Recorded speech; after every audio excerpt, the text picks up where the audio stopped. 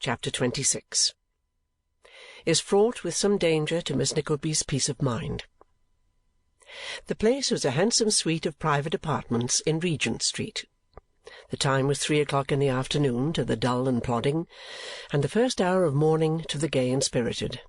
The persons were Lord Frederick Verisopht and his friend Sir Mulberry Hawk.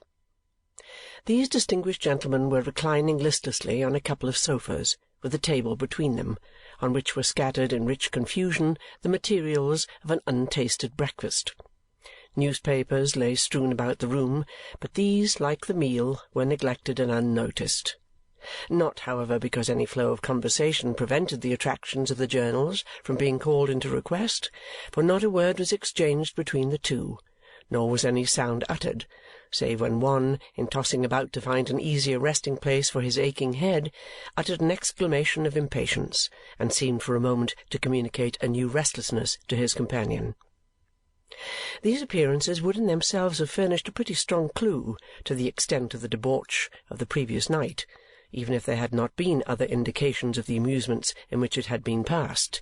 A couple of billiard balls, all mud and dirt, 2 battered hats, a champagne bottle with a soiled glove twisted round the neck, to allow of its being grasped more surely in its capacity of an offensive weapon, a broken cane, a card-case without the top, an empty purse, a watch-guard snapped asunder, a handful of silver mingled with fragments of half-smoked cigars and their stale and crumbled ashes. These and many other tokens of riot and disorder hinted very intelligibly at the nature of last night's gentlemanly frolics. Lord Frederick Verisopht was the first to speak. Dropping his slippered foot on the ground, and, yawning heavily, he struggled into a sitting posture and turned his dull languid eyes towards his friend, to whom he called in a drowsy voice. "Hello," replied Sir Mulberry, turning round. "Are we going to lie here all day?" said the lord. "I don't know that we're fit for anything else," replied Sir Mulberry. "Yet a while at least. I haven't a grain of life in me this morning." "Life!" cried Lord Verisopht. "I feel as if there would be nothing so snug and comfortable as to die at once." "Then why don't you die?" said Sir Mulberry, with which inquiry he turned his face away and seemed to occupy himself in an attempt to fall asleep. His hopeful friend and pupil drew a chair to the breakfast-table and essayed to eat, but finding that impossible, lounged to the window, then loitered up and down the room with his hand to his fevered head, and finally threw himself again on his sofa and roused his friend once more. "What the devil's the matter?" groaned Sir Mulberry, sitting upright on the couch. Although Sir Mulberry said this with sufficient ill-humour, he did not seem to feel himself quite at liberty to remain silent, for, after stretching himself very often and declaring with a shiver that it was infernal cold, he made an experiment at the breakfast-table, and proving more successful in it than his less seasoned friend, remained there. "Suppose," said Sir Mulberry, pausing with a morsel on the point of his fork, "suppose we go back to the subject of little Nickleby, eh?" "Which little Nickleby? The money-lender or the gal?" asked Lord Verisopht. "You take me, I see," replied Sir Mulberry. "The girl, of course." "You promised me you would find her out," said Lord Verisopht. "So I did," rejoined his friend, "but I have thought further of the matter since then. You distrust me in the business. You shall find her out yourself." "Nay," remonstrated Lord Verisopht. "But I say yes," returned his friend. "You shall find her out yourself. Don't think that I mean when you can. I know as well as you that if I did, you could never get sight of her without me. No, I say you shall find her out. Shall. And I'll put you in the way." "Now, curse me if you ain't a real devilish, downright, thorough-paced friend," said the young lord, on whom this speech had produced a most reviving effect. "I'll tell you how," said Sir Mulberry. "She was at that dinner as a bait for you." "No!" cried the young lord. "What the day—" "As a bait for you," repeated his friend. "Old Nickleby told me so himself." "What a fine old cock it is!" exclaimed Lord Verisopht. "A noble rascal!" "Yes," said Sir Mulberry. "He knew she was a smart little creature." "Smart?" interposed the young lord. "Upon my soul, Hawk, she's a perfect beauty, a picture, a statue. Upon my soul she is." "Well," replied Sir Mulberry, shrugging his shoulders and manifesting an indifference, whether he felt it or not, "that's a matter of taste. If mine doesn't agree with yours, so much the better." "Confound it!" reasoned the lord. "You were thick enough with her that day, anyhow. I could hardly get in a word." "Well enough for once, well enough for once," replied Sir Mulberry, "but not worth the trouble of being agreeable to again. If you seriously want to follow up the niece, tell the uncle that you must know where she lives, and how she lives, and with whom, or you are no longer a customer of his. He'll tell you fast enough." "Why didn't you say this before?" asked Lord Verisopht, "instead of letting me go on burning, consuming, dragging out a miserable existence for an age?" "I didn't know it in the first place," answered Sir Mulberry carelessly, "and in the second, I didn't believe you so very much in earnest." Now, the truth was that in the interval which had elapsed since the dinner at Ralph Nickleby's, Sir Mulberry Hawk had been furtively trying by every means in his power to discover whence Kate had so suddenly appeared and whither she had disappeared. Unassisted by Ralph, however, with whom he had held no communication since their angry parting on that occasion, all his efforts were wholly unavailing, and he had therefore arrived at the determination of communicating to the young lord the substance of the admission he had gleaned from that worthy. To this he was impelled by various considerations, among which were the certainty of knowing whatever the weak young man knew was decidedly not the least as the desire of encountering the usurer's niece again, and using his utmost arts to reduce her pride and revenge himself for her contempt was uppermost in his thoughts.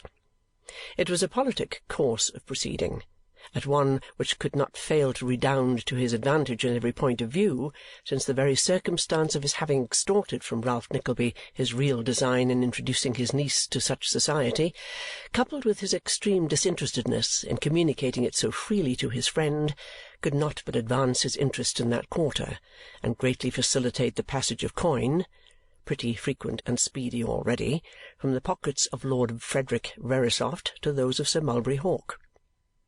Thus reasoned Sir Mulberry, and in pursuance of this reasoning he and his friend soon afterwards repaired to Ralph Nickleby's, there to execute a plan of operations concerted by Sir Mulberry himself, avowedly to promote his friend's object, and really to attain his own. They found Ralph at home and alone. As he led them into the drawing-room, the recollection of the scene which had taken place there seemed to occur to him, for he cast a curious look at Sir Mulberry, who bestowed upon it no other acknowledgment than a careless smile. They had a short conference upon some money matters then in progress, which were scarcely disposed of, when the lordly dupe, in pursuance of his friend's instructions, requested with some embarrassment to speak to Ralph alone. "Alone, eh?" cried Sir Mulberry in affecting surprise. "Oh, very good. I'll walk into the next room here. Don't keep me long, that's all." So saying, Sir Mulberry took up his hat, and humming a fragment of a song, disappeared through the door of communication between the two drawing-rooms and closed it after him. "Now, my lord," said Ralph, "what is it?" "Nickleby," said his client, throwing himself along the sofa on which he had been previously seated so as to bring his lips nearer to the old man's ear, "what a pretty creature your niece is!" "Is she, my lord?" replied Ralph. Maybe, maybe. I don't trouble my head with such matters. You know she's a devilish fine girl, said the client. You must know that, Nickleby. Come, don't deny it. Yes, I believe she is considered so, replied Ralph. Indeed, I know she is. If I did not, you are an authority on such points, and your taste, my lord, on all points indeed, is undeniable.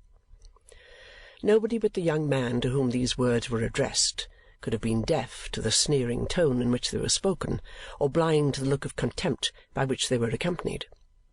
But Lord Frederick Verisopht was both, and took them to be complimentary. "Well," he said, "perhaps you're a little right, and perhaps you're a little wrong. A little of both, Nickleby. I want to know where this beauty lives, that I may have another peep at her, Nickleby." "Really?" Ralph began in his usual tones. "Don't talk so loud," cried the other, achieving the great point of his lesson to a miracle. "I don't want Hawk to hear." "You know he is your rival, do you?" said Ralph, looking sharply at him. "He always is, damn him," replied the client, "and I want to steal a march upon him. Ha, ha, ha, ha! You cut up so rough, Nickleby, at our talking together without him. Where does she live, Nickleby? That's all. Only tell me where she lives, Nickleby." "He bites," thought Ralph. "He bites." "Eh, Nickleby, eh?" pursued the client. "Where does she live?" "Really, my lord," said Ralph, rubbing his hands slowly over each other, "I must think before I tell you." "No, not a bit of it, Nickleby. You mustn't think at all," replied Verisopht. "Where is it?" "No good can come of your knowing," replied Ralph. "She has been virtuously and well brought up. To be sure, she is handsome, poor, unprotected. Poor girl, poor girl." Ralph ran over this brief summary of Kate's condition as if it were merely passing through his own mind, and he had no intention to speak aloud.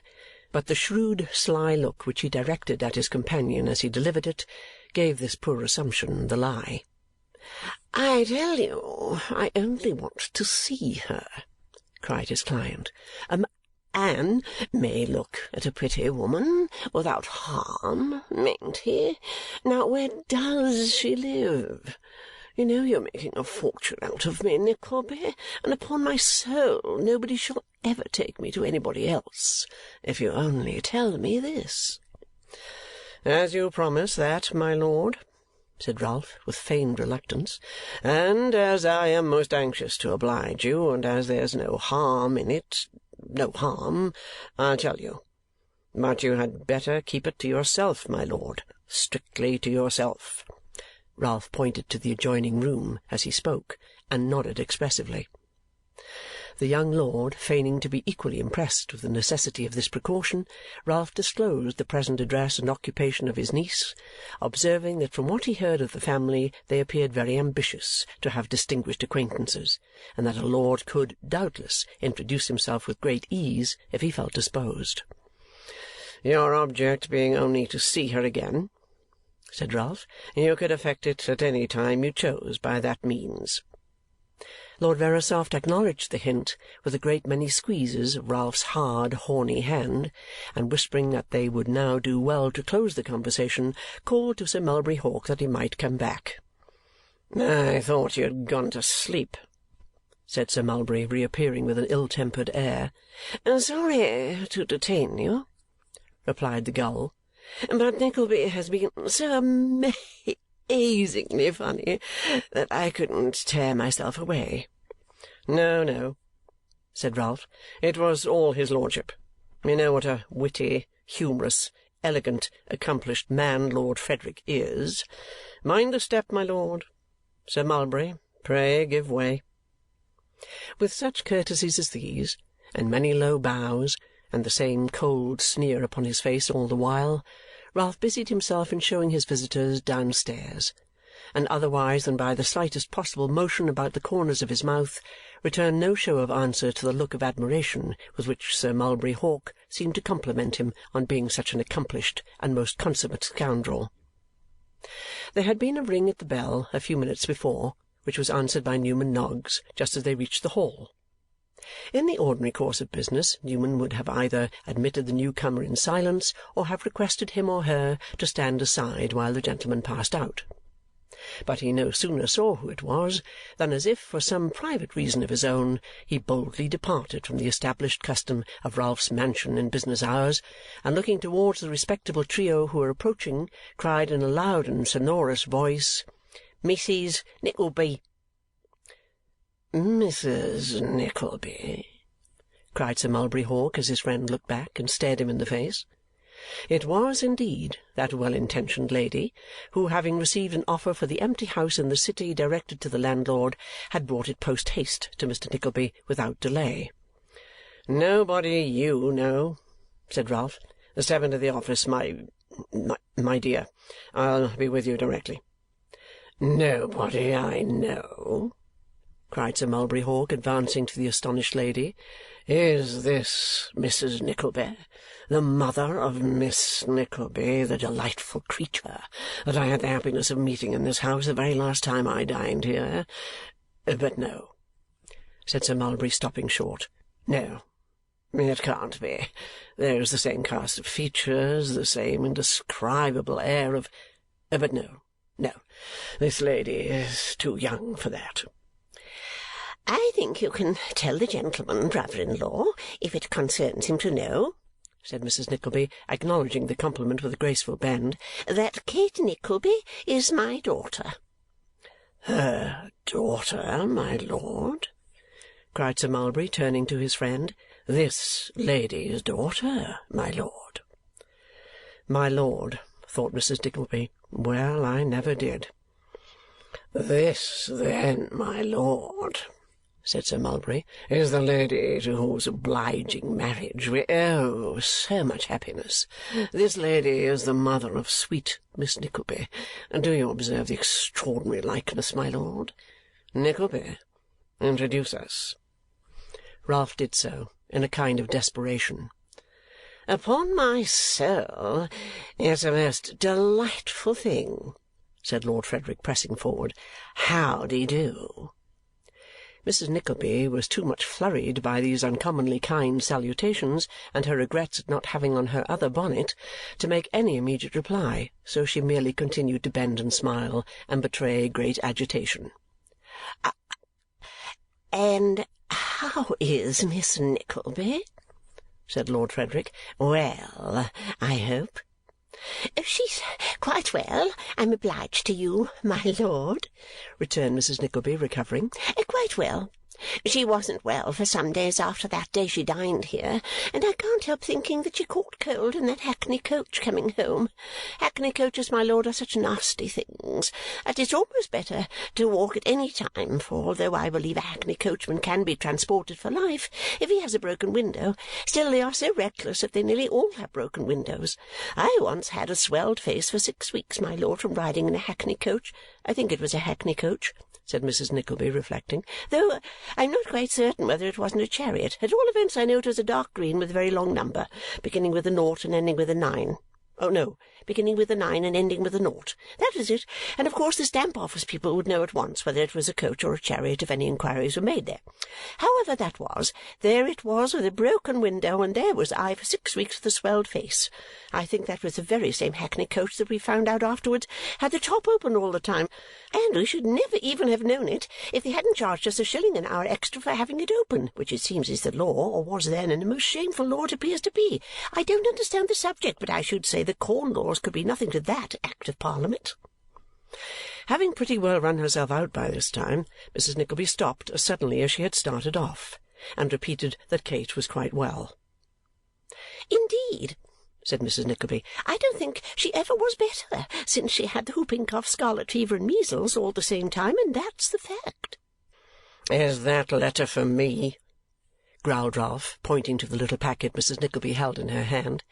"For you, brother-in-law," replied Mrs. Nickleby.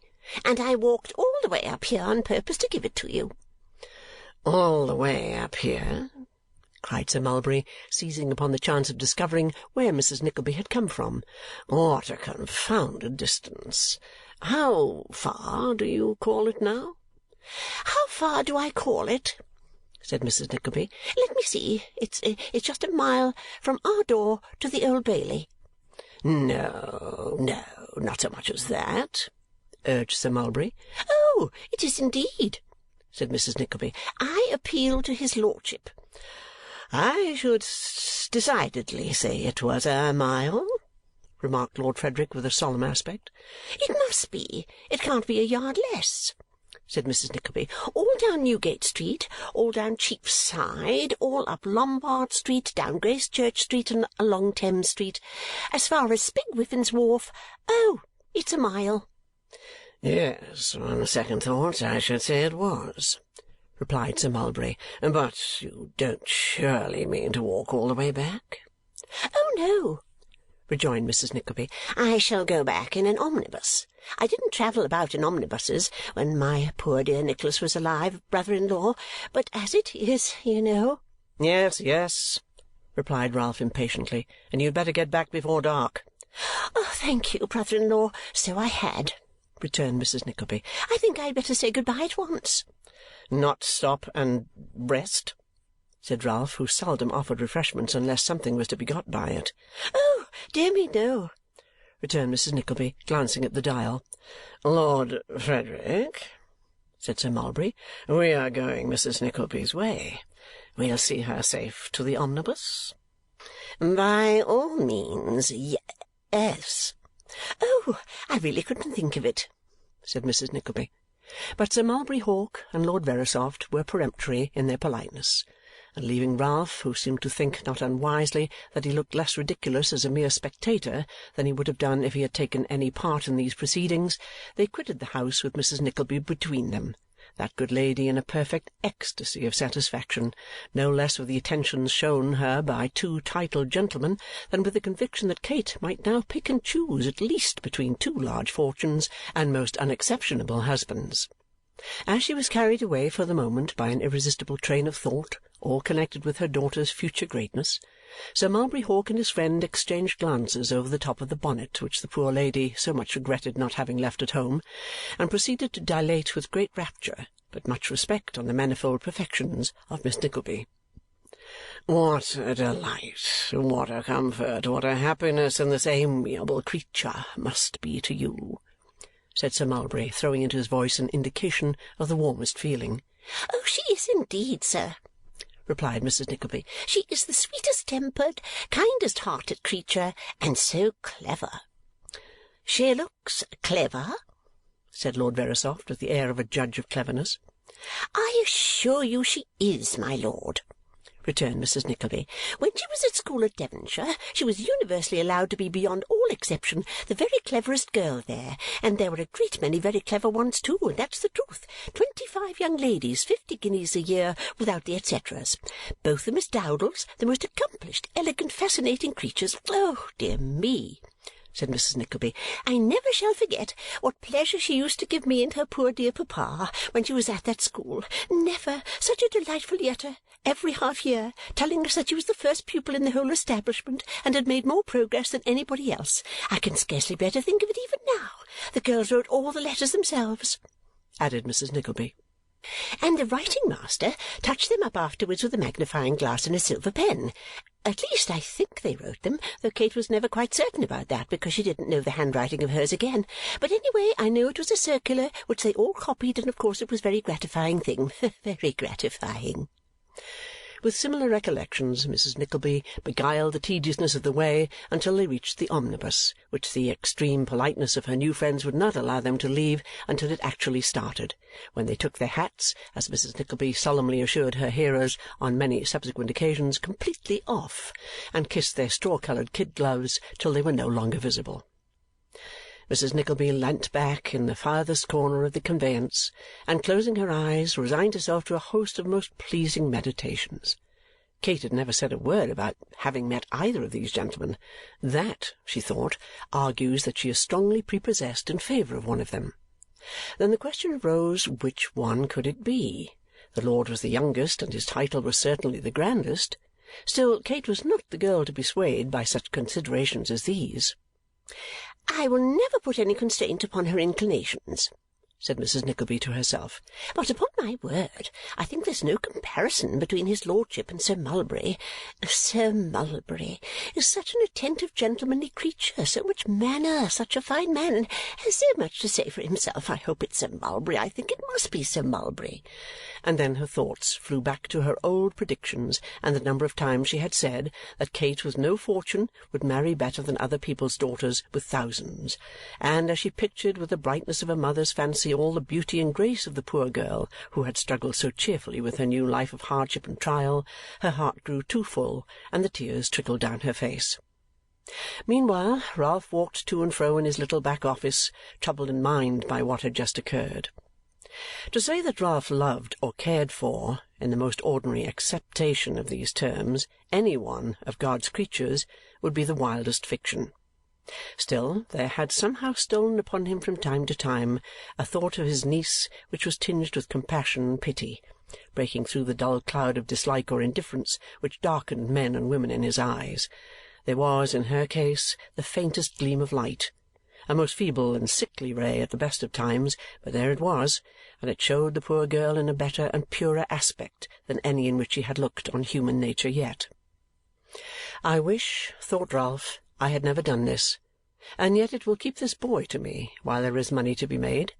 Selling a girl, throwing her in the way of temptation and insult and coarse speech, nearly £2,000 profit from him already, though. Pfft! Match-making mothers do the same thing every day. He sat down and told the chances for and against on his fingers. If I had not put them in the right track to-day, thought Ralph, this foolish woman would have done so. Well, if her daughter is as true to herself as she should be from what I have seen, what harm ensues? A little teasing, a little humbling, a few tears. Yes, said Ralph aloud, as he locked his iron safe. She must take her chance. She must take her chance. End of chapter 26.